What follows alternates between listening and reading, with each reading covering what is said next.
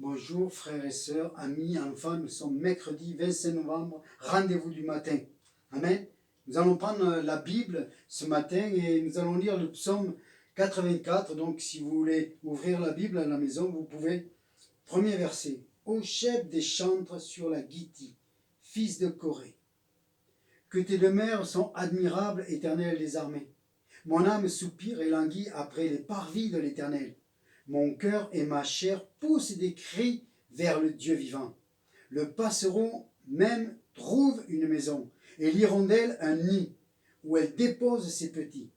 Tes autels, Éternel des armées, mon roi et mon Dieu, heureux ceux qui habitent ta maison. Ils peuvent te célébrer encore. Heureux ceux qui placent en toi leur appui. Ils trouvent dans leur cœur les chemins tout tracés. Lorsqu'ils traversent la vallée de Baca, il la transforme en un lieu plein de sources, et la pluie la couvre aussi de bénédictions. Leur force augmente pendant la marche. Ils se présentent devant Dieu à Sion. Éternel Dieu des armées, écoute ma prière. Prête l'oreille, Dieu de Jacob. Toi qui es notre bouclier, vois, ô Dieu, et regarde la face de ton oint. Mieux vaut un jour dans tes parvis que 1000 ailleurs. Je préfère me tenir dans le seuil de la maison de mon Dieu plutôt que d'habiter sous les tentes de la méchanceté. Car l'Éternel est un soleil, un bouclier. L'Éternel donne la grâce et la gloire. Il ne refuse aucun bien à ceux qui marchent dans l'intégrité. L'Éternel des armées, heureux l'homme qui se confie en toi. Amen. Le verset 11 nous dit, mieux vaut un jour dans tes parvis que 1000 ailleurs. Amen. Aujourd'hui, Jésus-Christ nous a ouvert le chemin de la grâce. En expirant, le voile s'est déchiré et nous avons eu accès au lieu saint. Amen. Alors pour moi, je préfère dire, un jour dans le lieu saint vaut mieux que 1000 ailleurs. Dans le lieu saint, par la foi, je suis au pied de mon Père et je reçois toutes ses grâces et ses bénédictions et son amour. Amen. Prions. Père, merci pour ta grâce manifestée. Mon âme loue l'Éternel, lui qui ne refuse aucun bienfait. Reçois, Père, l'adoration. Merci pour ta patience, ta fidélité, ta bonté, ta présence, qui ne s'éloigne point de moi, mais d'aucun de tes enfants. Père, je te prie avec mes frères et sœurs qui écoutent ce matin. Nous te prions pour ceux qui sont malades autour de nous, dans nos familles, nos amis, pose ta main à cause de ton sang versé, qui nous crie que par tes meurtrissures, nous sommes guéris. Et toi qui souffres ce matin, mets ta main sur ta douleur. Crois par la foi que ton cœur touche le cœur de Jésus ce matin. Amen. Reçois la vie qu'il te communique maintenant. Reçois la vie de résurrection. Reçois la bénédiction et la grâce et l'amour de Dieu dans ton corps ce matin, dans le nom de Jésus-Christ. Amen. Amen. Nous allons continuer dans notre lecture dans Thessaloniciens, premier chapitre, première lettre et deuxième chapitre que nous avons laissé au verset 11. Alors lisons jusqu'au chapitre 3. Vous savez aussi que nous avons été pour chacun de vous ce qu'un père est pour ses enfants, vous exhortant, vous consolant, vous abjurant de marcher d'une manière digne de Dieu qui nous appelle à son royaume et à sa gloire.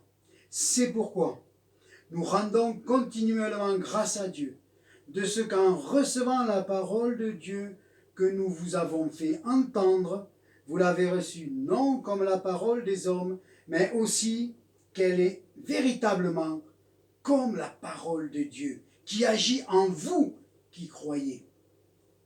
Car vous, frères, vous êtes devenus les imitateurs des églises de Dieu qui sont en Jésus-Christ dans la Judée, parce que vous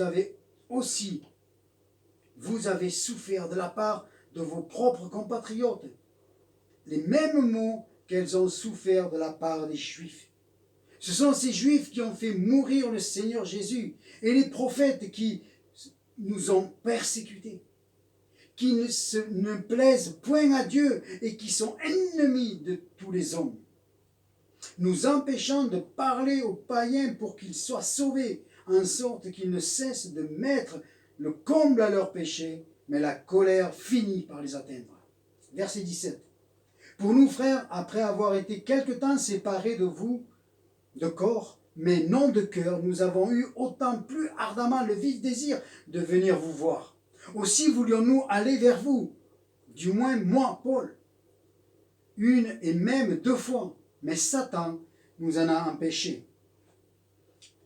Qui est en effet notre espérance et notre joie, ou notre couronne de gloire? N'est-ce pas vous, devant notre Seigneur Jésus, lors de son avènement?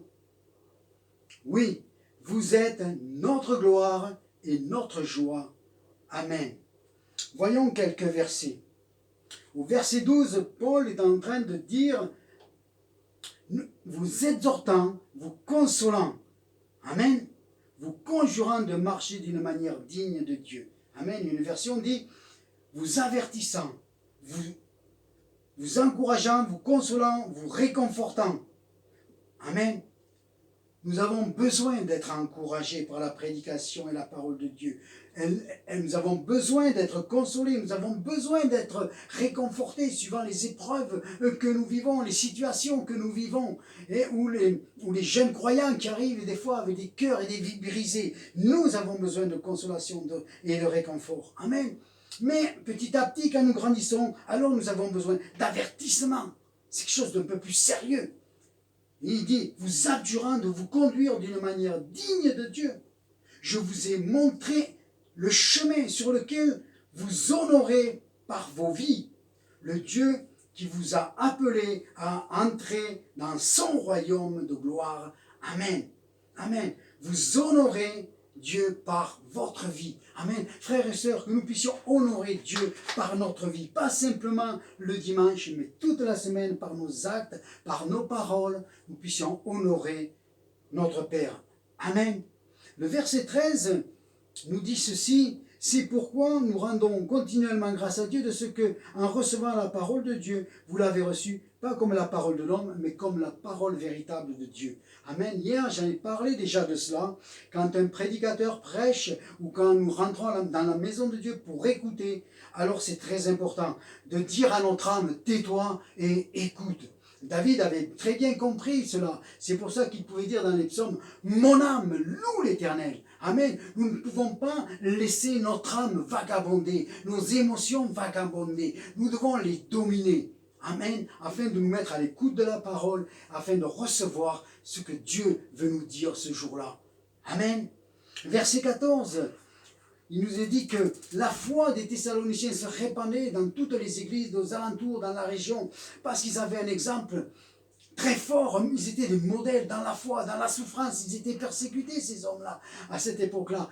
Mais malgré tout ce qu'ils vivaient, ils étaient forts dans leur foi et dans leur témoignage. Que nous puissions être pareils face à la crise qu'il a, face à tout ce que nous vivons en ce moment. Que l'Église puisse être forte dans la foi et puisse rendre bon témoignage de Jésus-Christ. Amen.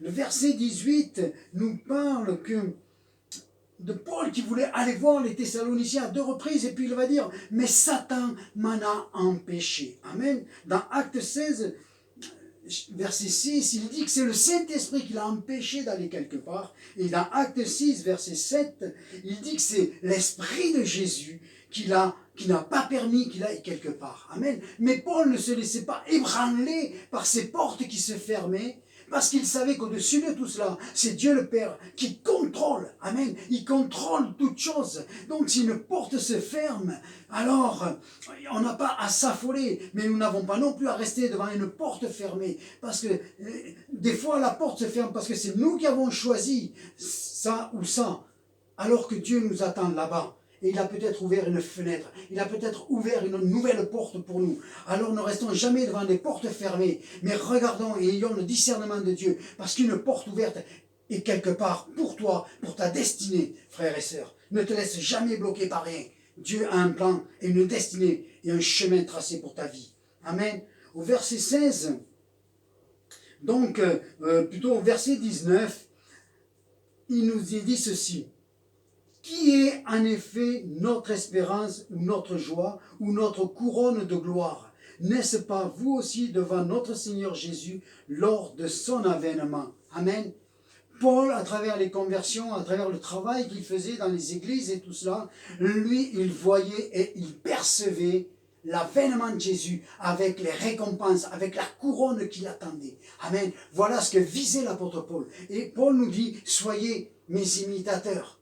Alors, ma question ce matin, pour finir, c'est celle-ci. À quoi visons-nous? Aux récompenses du ciel? Ou à ce que l'Évangile pourrait nous apporter sur cette terre? Prenons dans cette version ce que nous dit 1 Corinthiens chapitre 15, verset 19. Et nous finirons par cela.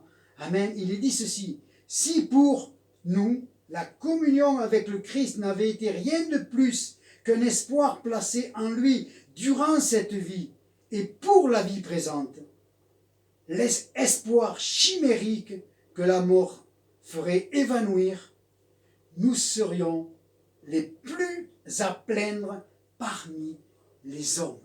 Amen. Frères et sœurs, puissions comme Paul viser les récompenses et annoncer l'évangile autour de nous. Amen.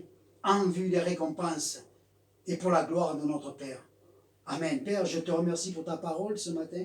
Je te remercie parce que nous ne voulons pas nous laisser bloquer par des portes fermées. Nous voulons aller de l'avant avec toi parce que tu as prévu un chemin sur lequel nous devons marcher. Amen. Et nous voulons viser les récompenses et faire briller la gloire de Dieu dans cette nation. Père, comme nous t'avons prié au début, pose ta main sur celui ou celle qui est fatigué dans son corps. Père, nous croyons que ce matin, tu poses ta main et tu touches et tu guéris dans le nom de Jésus. Amen.